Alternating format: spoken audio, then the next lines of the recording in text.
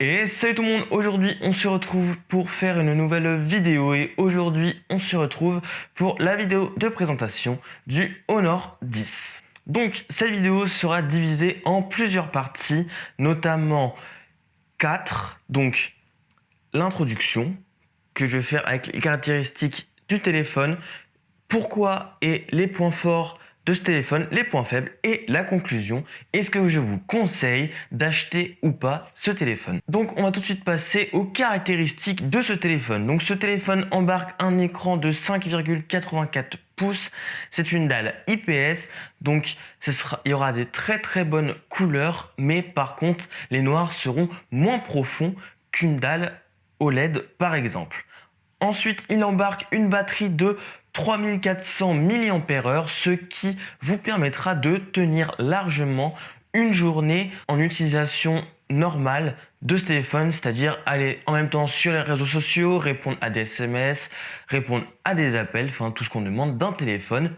Il possédera un chargeur équipé notamment de la technologie Supercharge et ce sera par un connecteur en USB type C. Ce téléphone embarque deux capteurs arrière et un capteur frontal. Donc le capteur avant, donc le capteur frontal, est de 24 mégapixels, ce qui est vraiment très convenable pour de la photo portrait avec un téléphone.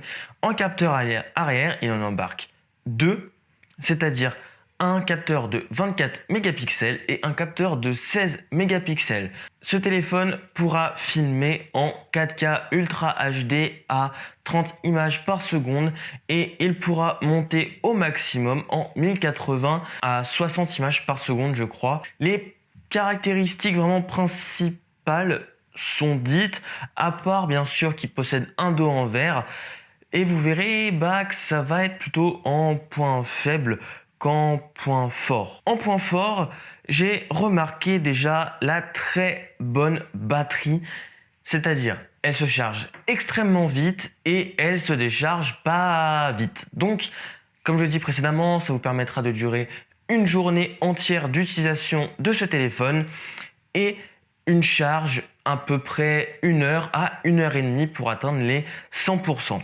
L'écran est extrêmement bon.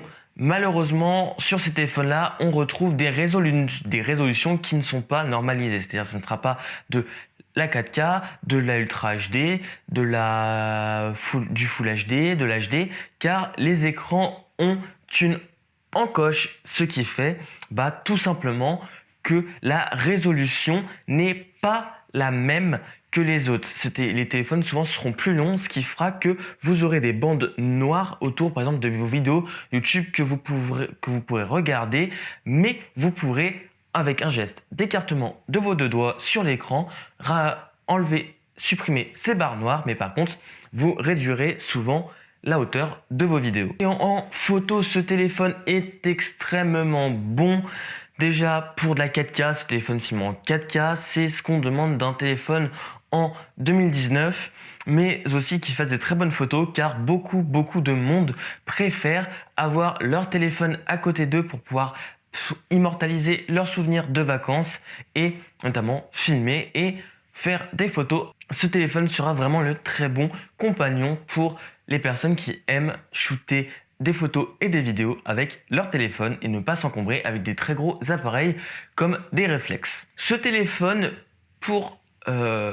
comme point fort, il possède la reconnaissance faciale, entre guillemets, le Face ID, qui permet d'ouvrir, de déverrouiller votre téléphone grâce à votre tête, ce qui est quand même pas mal, mais ce qui n'est pas non plus optimisé vraiment, car la technologie ne marche pas forcément très bien dans le noir, à part si vous avez vraiment une petite lumière d'ambiance. À côté, ça marchera, mais il faudra quand même avoir une bonne luminosité sur votre écran pour que ça puisse reconnaître votre tête. Mais bon, c'est normal, c'est pas la même technologie de Face ID qu'on peut retrouver chez Apple, mais voilà, ça marche quand même quand vous êtes en journée, quand vous êtes dehors avec de la lumière. La technologie marchera vraiment assez rapidement, s'il concurrence vraiment la technologie de déverrouillage par empreinte digitale. Ce téléphone aussi, comme deuxième sécurité pour déverrouiller votre téléphone, possède la reconnaissance par empreinte digitale. Donc, Et elle se cachera sous son bouton en bas de votre écran qui vous servira aussi à faire le home, le multitâche. Mais ce détecteur d'empreinte digitale ne marche pas comme avant, c'est-à-dire que il est en dessous de l'écran et ça marche par ultrasons. C'est-à-dire que même si vous avez un petit peu d'eau sur les doigts, que vous avez un petit peu de poussière sur les doigts, ce capteur arrivera à détecter votre doigt et à déverrouiller votre téléphone. Dans les points forts, on a encore son prix, il n'est qu'à 350 €, ce qui pour moi est totalement raisonnable, sachant que c'est du haut de gamme, c'est les derniers téléphones qui sont sortis de chez Honor en 2018, donc pour moi c'est un extrêmement bon rapport qualité-prix, comme tous les téléphones de chez Huawei ou chez Honor qui possèdent vraiment des très très bons rapports qualité-prix. Donc maintenant on va passer aux points faibles. J'en ai pas remarqué beaucoup, mais voilà, il y en a quand même quelques-uns à dire. Donc déjà en premier, je vous ai parlé du dos en verre et malheureusement il n'y a pas de charge à induction possible avec ce téléphone. Ce qui pourrait être dommage parce que avec un téléphone comme ça, ce qu'on aurait aimé, c'est pouvoir vraiment avoir la charge à induction, pouvoir que vous rentrez chez vous, vous avez un chargeur à induction, vous posez dessus, vous n'avez pas besoin de brancher de câble. C'est vraiment intéressant, mais aussi avec les voitures qui permettent de poser aussi leur téléphone dans un certain endroit pour pouvoir les recharger sans brancher de câble. Ça aurait été vraiment un plus sur ce téléphone qu'on aurait pu attendre de la part de chez Honor sur ce téléphone. Il y en a un autre qui est pas forcément vraiment un inconvénient, mais qui est quand même un inconvénient, c'est qu'il y a encore un bouton. Certes, ce n'est pas un bouton physique, c'est un bouton tactile, mais bon, ça reste quand même un bouton. Et sur ce bouton, il y a le capteur d'empreinte digitale qui lui n'est pas avec la technique qu'utilisent les iPhones où posez votre doigt, je sais plus comment ça s'appelle. Mais ce téléphone, c'est un capteur à ultrasons, c'est-à-dire que même si vos doigts sont mouillés, ce mode-là de déverrouillage de votre téléphone marchera si vous avez n'importe quoi, un peu de poussière sur les doigts, un petit peu d'eau. Ce détecteur d'empreinte digitale marchera. Ce téléphone possède la reconnaissance faciale, donc entre guillemets Face ID.